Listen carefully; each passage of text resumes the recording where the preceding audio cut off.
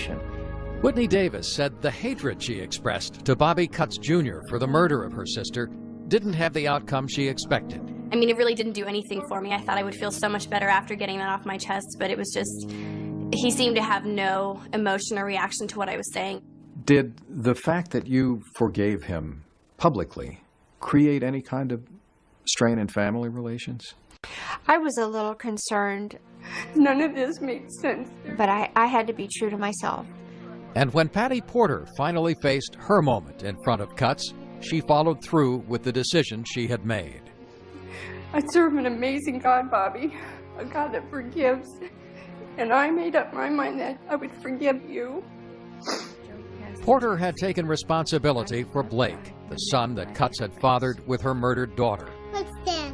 And she believed that in an important way, Blake's life was also in the balance.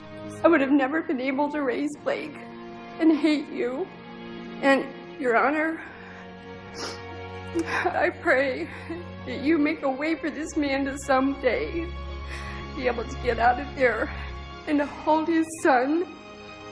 And I hope you pray that I'm able to raise him to forgive you. He knows what you did. There was a sign of emotion from Cutts, a tear, after Porter completed her statement. But he did not speak at this hearing. Mr. Cutts, if you'll please stand. And he showed no emotion when, at the age of 30, he was sentenced to life in prison, with the possibility of parole only after he has served 57 years. To Patty Porter, the focus returns to her life and to Blake's future. I didn't think I could raise my grandson to be any kind of a man if I was full of hate and anger. My daughter would have never wanted that either. Me forgiving him didn't change anything as far as what was going to happen to him, but it changed me. And it's almost like it gave me the freedom to just mourn my daughter's loss and not feel that awful rage that happens to you when you choose not to forgive people. I was not going to let this destroy me as well. Patty Porter reports that she and Blake are doing well. Bobby Lee Cutts Jr. remains in prison. In 2010, the U.S. Supreme Court denied his appeal. I'm John Quinones. Please join us next time for another edition of 2020 on ID. Coming up on 2020 on ID, a vivacious 3-year-old girl. I remember I was always into stuff, you know, smiling big for the camera. Then, Papa, please don't hurt me. Please don't. Papa, please don't cut me. Papa, please don't cut me. She had her throat cut from ear to ear. left alone in a field. She was here for 36 hours with her 2 dead sisters. One clean cut. None of us cried. It was silent. Like lambs led to a slaughter. And a father nowhere to be found. The suspect is described as hard-drinking, gun-loving, and hot-tempered. Right now, he's bent on killing other people. What made Ramon Salcido kill his family? I had never seen the level of viciousness. Are you remorseful of what you did? Not really. And will there be answers for the daughter left behind? Evil. Evil. Evil.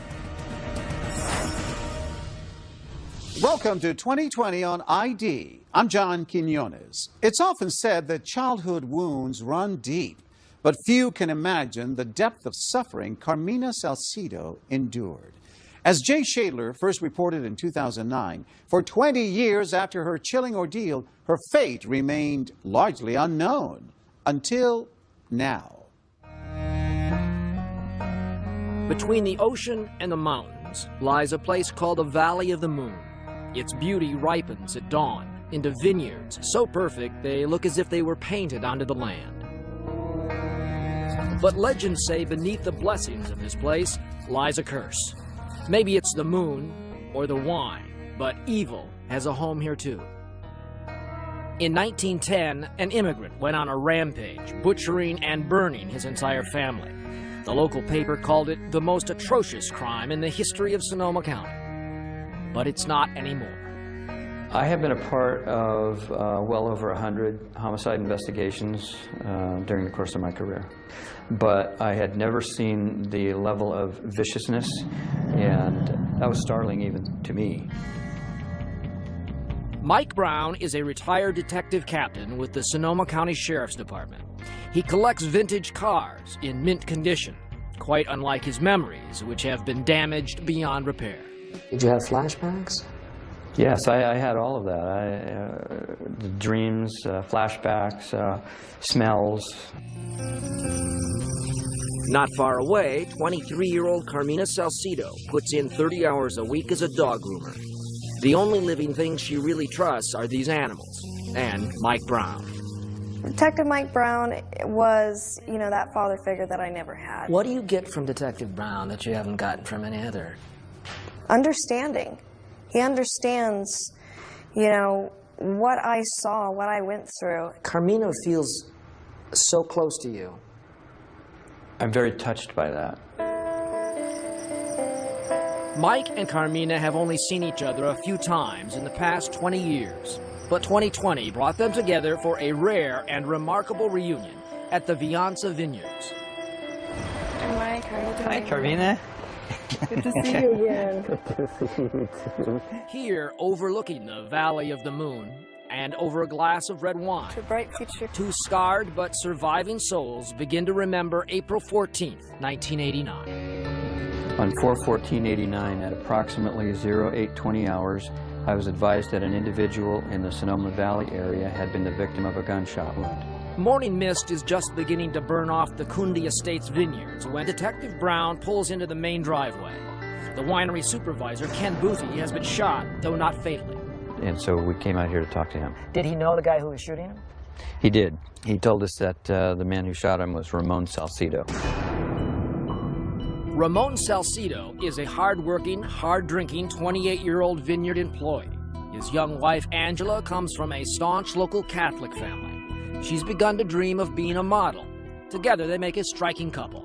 When you talk to people about your mom, how do they describe her? What was she like? Innocent, charming, naive, sweet, you know. I'm told that you look a lot like your mom. Have you been told that? Yes. You know, the same eyes, the same lips. How about that laugh? And the laugh. Definitely the laugh. Like a magnet, Angela's prim and proper past draws her to the wild side of this handsome Mexican immigrant.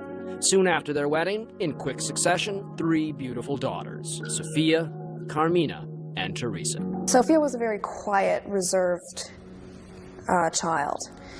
Very, very thoughtful, very smart. She was the oldest.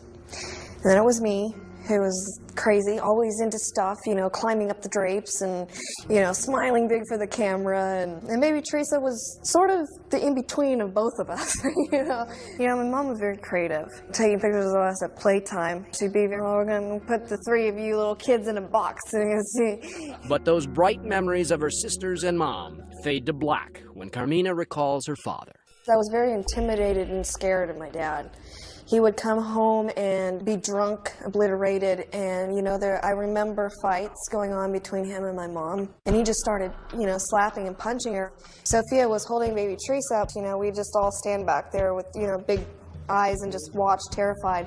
Detective Brown knows nothing about these troubles in the Salcido house. He's just looking for Ramon. But even before he can leave the scene of the vineyard shooting, he gets another call.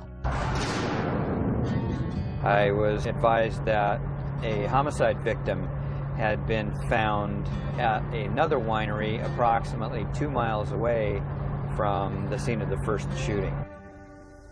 Detective Brown isn't the only one who hears about this second shooting. I keep my police scanner in my purse. I was the cop reporter at the time and kept it on. Randy Rosman is a beat reporter for the Santa Rosa Press-Democrat. I remember, because of all the chatter on the scanner, I was nervous. Then I heard they had a 187, which is code for a homicide. Less than 2 miles from the first shooting site, another winery supervisor, Tracy Tuvey, is ambushed, dying of a bullet wound to his head. The lower portion of his body was in the car, but the upper portion of his body had fallen out of the car and was lying on the dirt road. So by 9 a.m., Detective Brown has 2 crime scenes, 2 victims, and 1 common thread. Both of the victims are vineyard supervisors of Ramon Salcido. And co-workers say lately he's been mixing booze and cocaine. Tracy would tell him to do something, he'd flip him off behind his back or do something like that, you know, pissed that he had to take orders off him. So there's trouble at work and tensions at home with his wife, Angela. To help bring in money, she's begun modeling classes. That's Angela learning to take a turn on the runway. She photographed beautifully, and she said that they needed the money. But Ramon doesn't like the idea. Jealousy is seeping into his thoughts. He drove back and forth in front of their house several times a day. He thought that his wife was having an affair. As she grew more confident, your father grew more jealous. Yes. What's more, in just the last few days, Angela has learned Ramon has fathered a child with another woman, and he's still legally married to her. A court is ordering him to begin paying $500 a month in child support. So now the tensions between Angela and Ramon need only a spark to explode. And Ramon finds it. His suspicion that 4-year-old Sophia is not his child will turn out to be right. A DNA test will prove it. And Angela may now believe that her only choice is to run as fast as she can toward a new life. She actually had an interview, a photo shoot to do that day, and she said, I won't miss it. I won't miss it. April 14th at 5:30 in the morning, Angela slips out of their tiny house and goes to an ATM, withdrawing the little money she has for a photo shoot this afternoon. She doesn't know it, but this will be her final close-up. Back at the vineyard where Tracy Tuvey has been killed, something odd is happening. For a homicide, where are all the police and detectives? And there was just one detective here, that's all. And I asked him what was going on, and he told me that there'd been a homicide here, but that everybody had just left because there'd been a call of another homicide. 201 Baines Avenue, 8 miles from the first shooting, 6 miles from the second crime scene. It is the home of Ramon and Angela Salcido and their 3 daughters. Detective Brown and his partner think Ramon may still be inside. What do you see? I see some blood on the front door. I brought my .45 up and looked, made a quick sweep of the house. I could see blood on an interior wall. I popped back down, told him what I saw. The door was closed. The door was closed. He reached over and pushed the door open slightly to make sure that there was no one back there. You could see a body that was lying in the hallway right over there. It's Angela Salcido. How had she been killed? She had been shot in the head. She was shot 3 times. Equally chilling, 3 tricycles standing alone on the front steps, and no sign of Sophia, Carmina, or Teresa. I came from down below on the main highway and parked down here. Once again, reporter Randy Rossman arrives, only to find that this story is moving faster than either the cops or the press can comprehend. Something was changing, something was different. The detectives all started kind of meeting and talking, and something new was going on. 20 miles from where the terror began, 3 more bodies. My God, what's going through your mind at this point? Now you've got deaths all over this county. Well, who potentially could be next? Where are the girls? And when will he stop? When we come back, the trail of terror continues. Upon entering the residence, I could see some blood stains on the inside of the front door. And a frightened community wonders, when will it end? And right now he's bent on killing other people. Stay with us.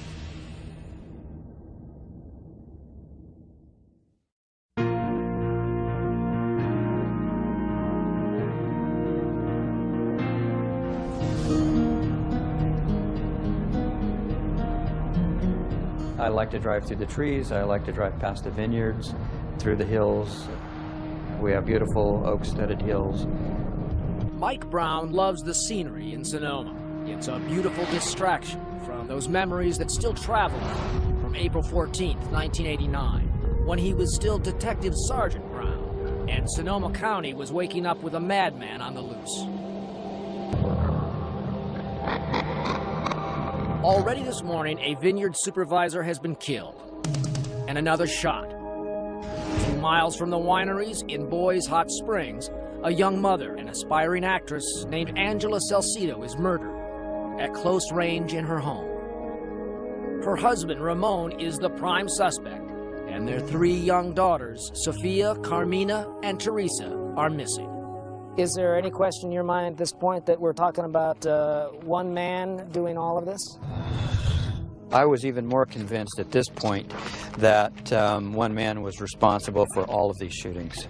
But for the moment, my main concern was, where are those kids and are they safe? Events are now racing ahead of questions and answers. There's word of a slaughter in Cotati, 20 miles away. Angela Salcido had relatives in Cotati. The Cotati officers went there and made entry into the house and found 3 more bodies.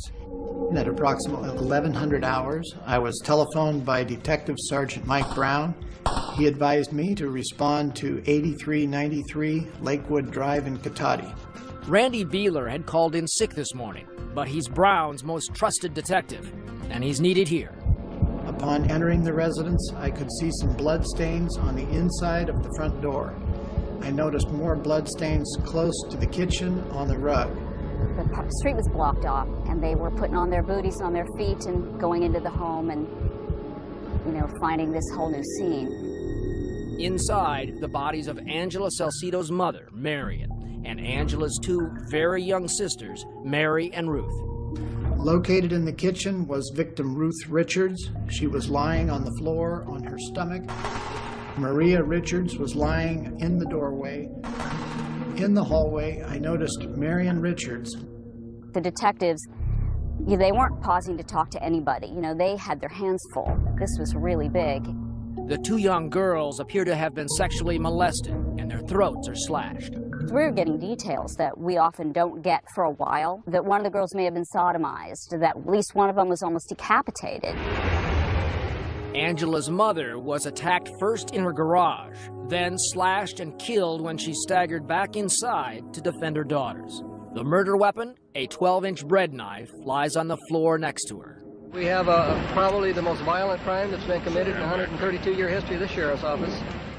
Detective Beeler has found a second bedroom partially ransacked. It contains rifles and firearms. Did you suspect that any guns were missing? No, at the time I didn't know what should have been there. And as it turned out, what was missing? The .22 handgun. A .22 caliber Ruger semi-automatic pistol is the weapon that wounded Vineyard Supervisor Ken Booty and killed Tracy Tuvey and Angela Salcido. And still Ramon Salcido is on the move. Right now he's bent on killing other people. The murder scene looked like a slaughterhouse. There is now a bigger price on Ramon Salcido's head. Terror is taking root in Sonoma County. Do you know what happened to your friends? Mm-hmm. What happened? They got my leg. I'm just shaking. Local schools go into lockdown. With Salcido still at large, a lot of parents felt it was safer to keep their kids at home. Though the fear is felt locally, the story is now national. Authorities look for a Sonoma Valley vineyard worker accused of killing 7 people. Police now believe he may be deranged. At 7 p.m., Ramon Salcido's car is found. Inside, another knife, an empty bottle of cheap champagne, and photographs of Ramon, Angela, and their girls. There also was a note written in Spanish that he had left in the car. What did it say? The note said, "Forgive me, God, but this law made me do it." Police suspect that the word law refers to that recent court order requiring Ramon to pay child support. Perhaps, but as evening falls, Detective Brown has something else on his mind. He suddenly remembers something he noticed hours ago at the crime scene over at the Salcido home. The phone was on the kitchen table, it was bloody, and the personal address book was opened to a page that showed 4 different people with the last name Salcido. That included his mother in Los Mochis, Mexico. With his dead wife's body sprawled on the floor, only a few feet from him, Ramon Salcido places a call to his mother in Mexico. She wants him to come home. And as much as Detective Brown wants to catch him before he kills again, his deepest worry is for those 3 still missing girls, Sophia, Carmina, and Teresa. We were very concerned about where those girls might be and what the state of their health was. What were your theories? One thought I had was that maybe he's taking them to Mexico. That was hopeful on my part, because if he's taking them to Mexico, maybe they hadn't been harmed. He'll take that thought to bed with him tonight, in the Valley of the Moon. It's now after midnight and you're finally going to bed. Right. What do you think? I'm worried about those little girls, and I'm wondering where they are, and I asked God to keep his hand on them. Still ahead, the frantic search for the girls. I got a call that the girls had been found and that they're out here at Stagecoach Quarry and Dump. But are they alive? She had her throat cut from ear to ear. Stay with us.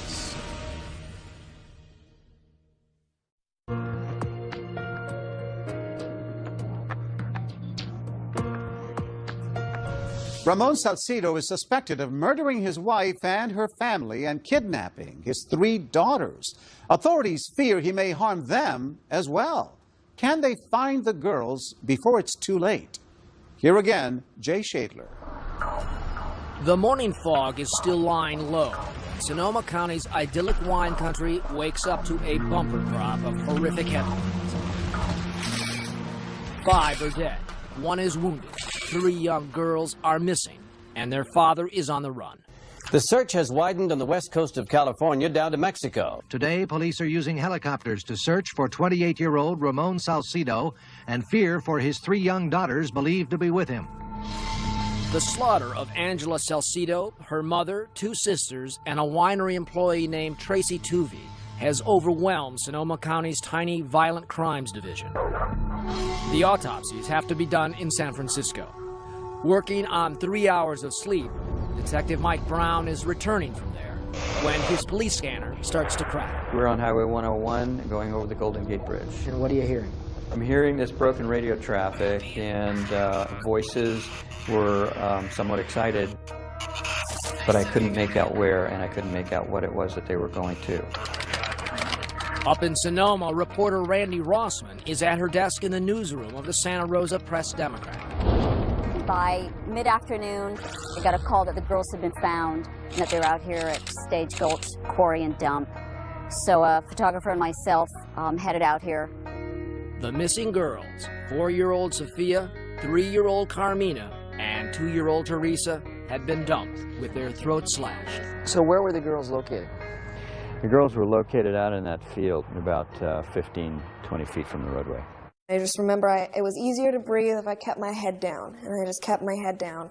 It was easier to breathe with your head down. Yeah, and whenever I needed to look up, I got on my tippy toes and stretched myself to try and look over the 3-foot, grasses that were out there.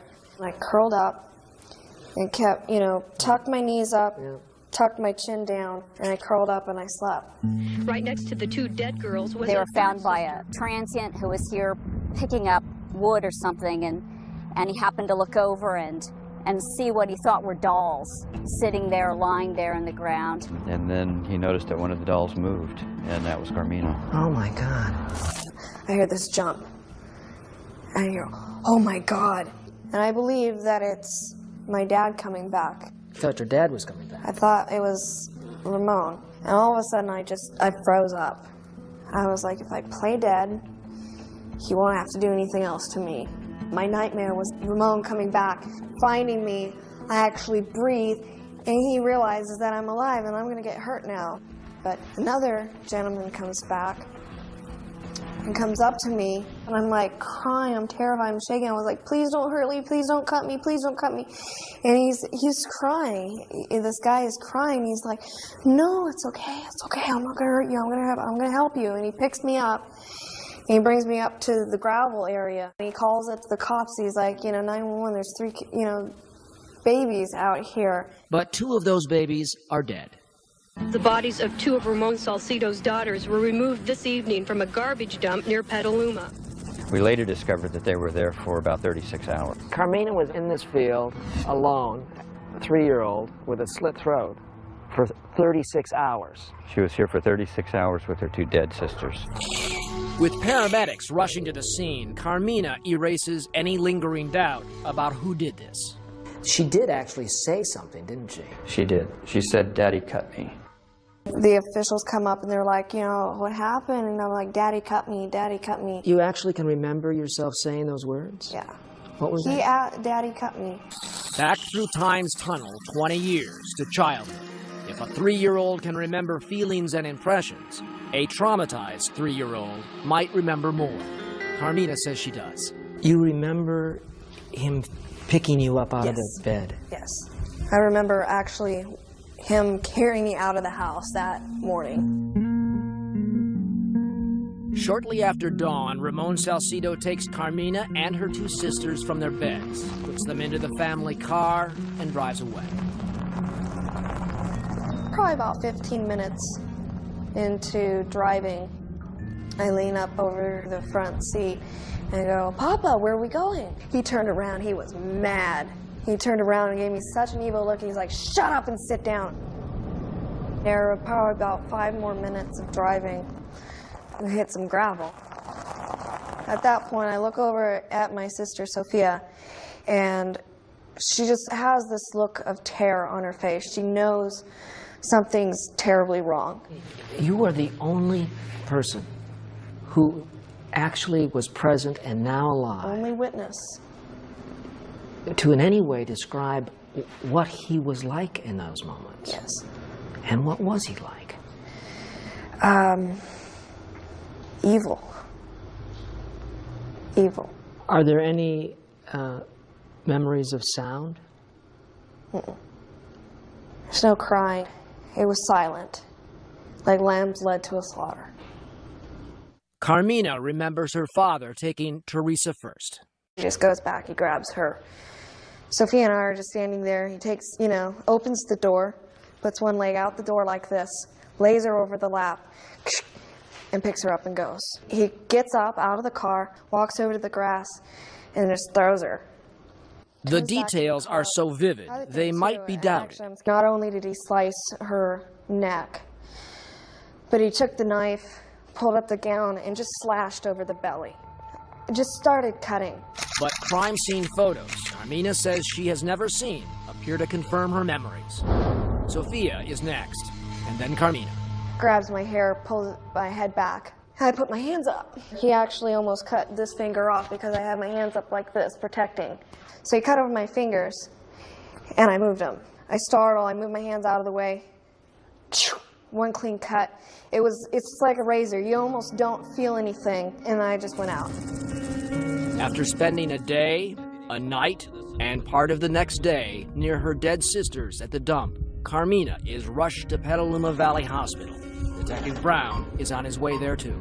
As an investigator, are you thinking, can she tell us something? I was hoping at best she would survive, and I had no expectation with her throat cut the way it was that she would be able to assist us with any information whatsoever.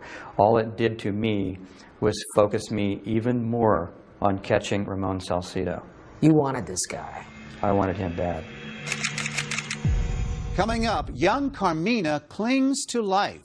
36 hours alone in that dump. What are the odds of her survival in that? Pretty slim. I was so scared. And here she was in our hands, and I wasn't really sure she was going to make it out of the OR. And Ramon is finally caught. Why did you kill your children? Why did you do that? When we return.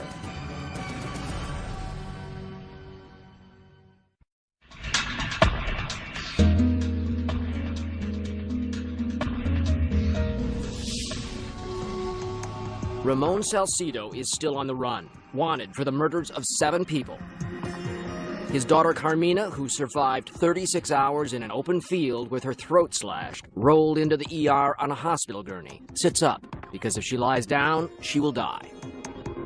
When we got there, they were just bringing her in through the door. When she arrived, there was no question that there was something about her character and grit that allowed her to survive. She shouldn't have survived the injuries that she had. 36 hours alone in that dump. What are the odds of her survival in that? Pretty slim. But then what are the odds of a 3-year-old wearing a face of grace and courage? The ER nurses got out a Polaroid camera that they used as kind of standard operating procedure to document an injury. And they advanced toward Carmina with the camera. And Carmina smiled for the picture the way children smile for their pictures. Oh my God. It has stuck in my mind so vividly that the child smiling through those injuries was just incredible. Carmina survived those long hours before she was discovered by inadvertently keeping her head down and her neck wound covered. What kind of patient was she? She spent the next 5 or 6 days in very critical condition. But from the moment that she finished her surgical experience, she started to rally. But she was very personable. The nurses, she would laugh, and she was getting along with this injury almost as if it was just par for the course. She had immediately after her injury an outpouring from the community. They inundated the hospital with gifts. People have been bringing by a lot of toys for the little girl. Helped by the heroics of the hospital staff, she gained strength over the next 3 weeks, alternately charming and breaking the hearts of the nurses with a picture of a puppy in a coloring book. She took a red crayon and she cut the dog, put a line on the dog's paw and on the dog's neck, and she said, "My daddy did this." So where is Daddy? He's 800 miles away in Mexico. Ramon Salcido's 5-day reign of terror ends with his capture near his hometown of Las Mochas. The big news in Mexico City newspapers today is... In a rare piece of ABC News footage, Salcido's on board a plane to Mexico City, where he will be handed over to American authorities. What he says is as coldly shocking today as it was then. Are you remorseful of what you did? Not really. After landing, he's paraded by Mexican officials.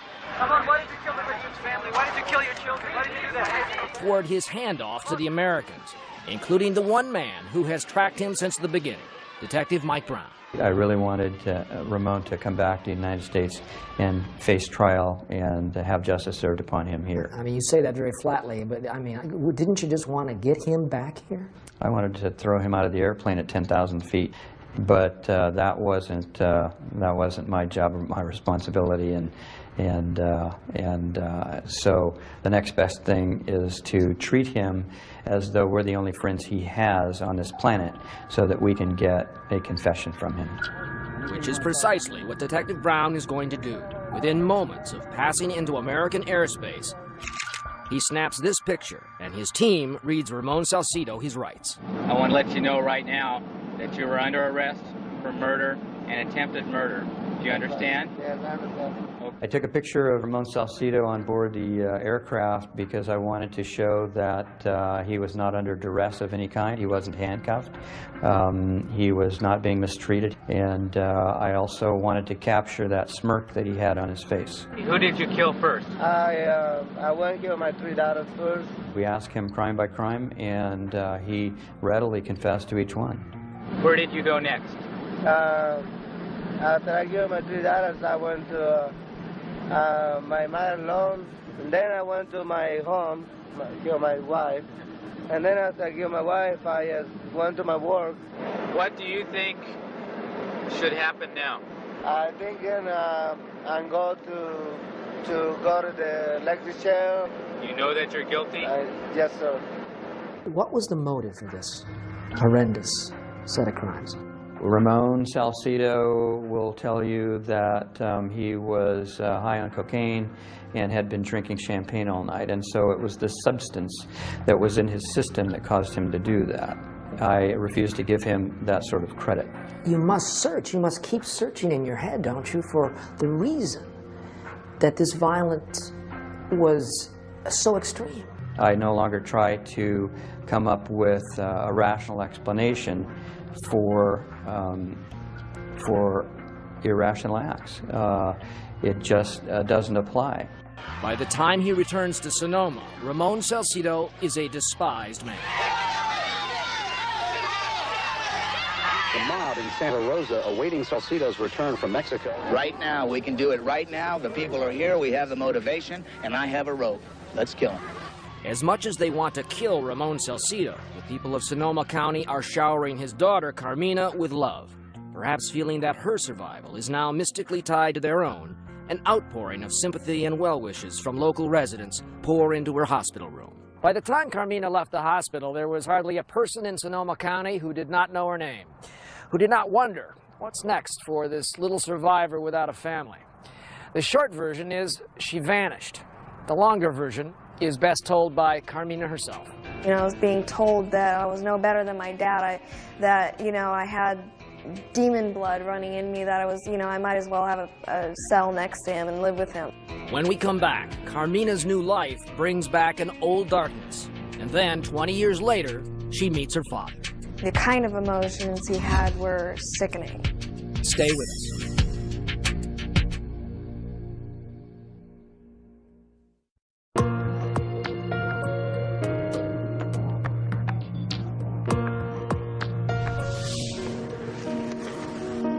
"20 years ago in California's wine country, two desperately different lives are winding like grapevines into the soul of Sonoma.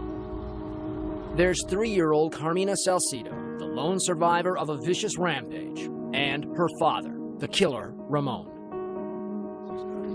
His trial lasts 12 weeks, ending in a guilty verdict and a death sentence. It is the order of this court that you shall suffer the death penalty. But Ramon keeps living on death row at San Quentin, while the years slip away, and everyone wonders whatever happened to little Carmina. I wondered that all the time. Where is she? And is she okay? And is she doing well? And is whoever she's living with, are they taking care of her? They tried to make me, a totally new person, new life, new name, everything. Carmina was adopted by an ultra-conservative Catholic family in Missouri, who she says proceeded to erase her identity right down to her name. You were reborn Cecilia. Yes. To them, Carmina Salcido died April 14th, 1989, and Cecilia lived. She was the miracle. She was the rebirth. She was a new person. Living in a 19th century cultural time warp, Cecilia had limited contact with the outside world. But at 15, she discovered a hidden box of newspaper clippings, dreadful stories from her other life long ago, even pictures of her mom in Glamour magazine. But she says in the minds of her adoptive parents, this was a taboo trail leading back to hell. I was being told that I was no better than my dad, I had demon blood running in me, that I was, I might as well have a cell next to him and live with him. They didn't say that. Yes. They said that to you? At 17, she becomes a cloistered nun in a Nebraska convent. It was an escape. A convent was an escape. Seemed kind of a contradiction in terms. The convent was a lifestyle that I was very willing to embrace to just get out of my adoptive situation. But it's hard to meditate on Christ when all you can think about is the Father. Carmina leaves the convent and finally returns to California, where she arranges to see her dad for the first time since he left her for dead 20 years ago. Were you scared? No. Not a little bit? Not at all. Sitting there across the table from him? I went there with a very, very, very, very positive attitude with high hopes. High hopes for what? High hopes to see him, show not a little emotion, but a lot of emotion. But he came in like a joker, like a clown, life's a joke. He came smiling in. I thought it would be at least walk up and be serious and just start crying when he saw me. But no emotion. Like many inmates sentenced to die, Ramon Salcido claims to have had a stunning religious conversion. After completing a mail-in seminary class, he's taken to ministering to inmates, signing his name Reverend, and posing for pictures with children. So while Reverend Ramon reads his Bible and tends to his flock from death row, he has left his own daughter in a kind of purgatory. After all, Carmina only really wanted one, maybe two things from her father. Either an apology, or at least an explanation. She says Father Ramon was unable to give her either. No, he looked at me in the eyes the second he saw me, like he had the right to call me his daughter. Like this is some big happy reunion. It's not a big happy reunion.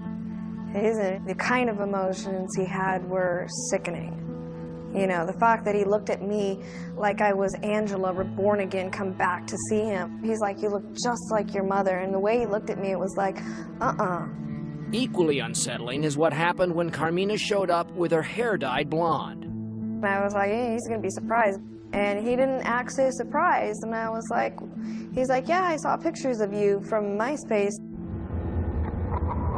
And he was like, you know, I like to try and keep track of you, you know, and I have friends that look out, you know, look out for you, for me.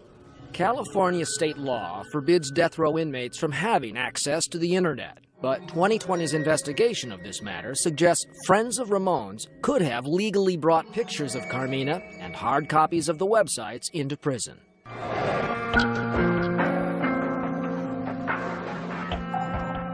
How do you feel about your dad today?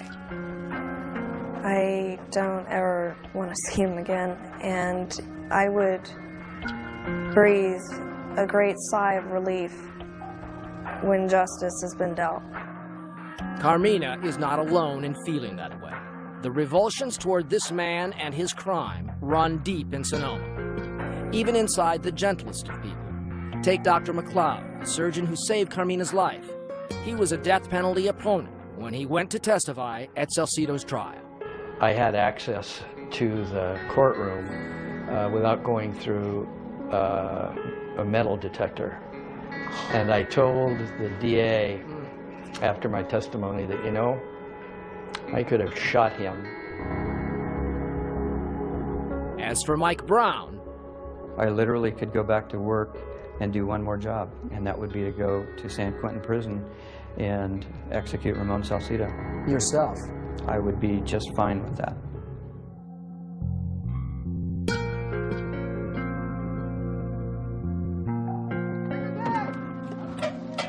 once again, it's harvest time in the vineyards of Sonoma.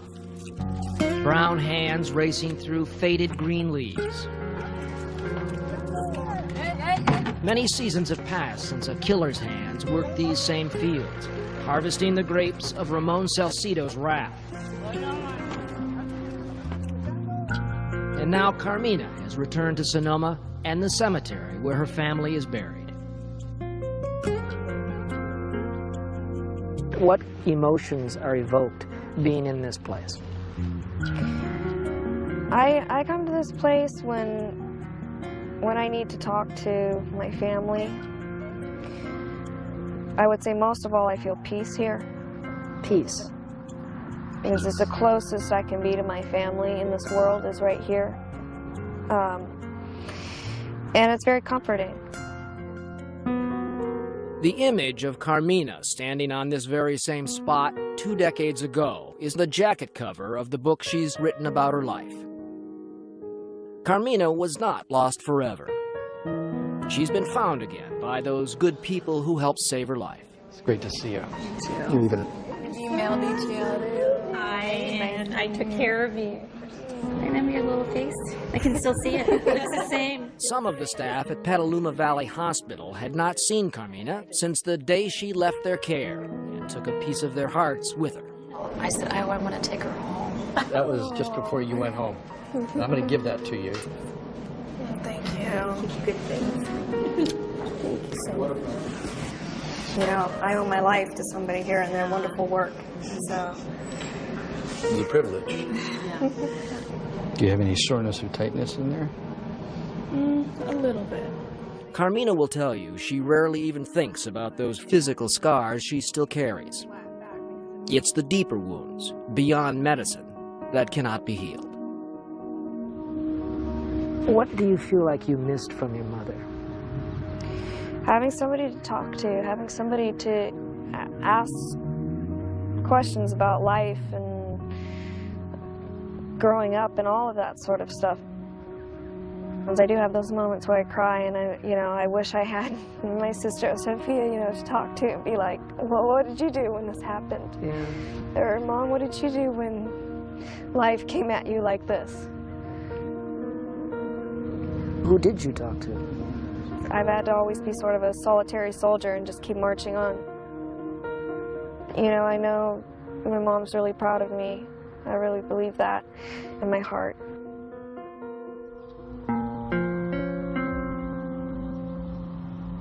The harvest is almost over now. The vineyards lie still. But the vines are not dead, just sleeping in the Valley of the Moon.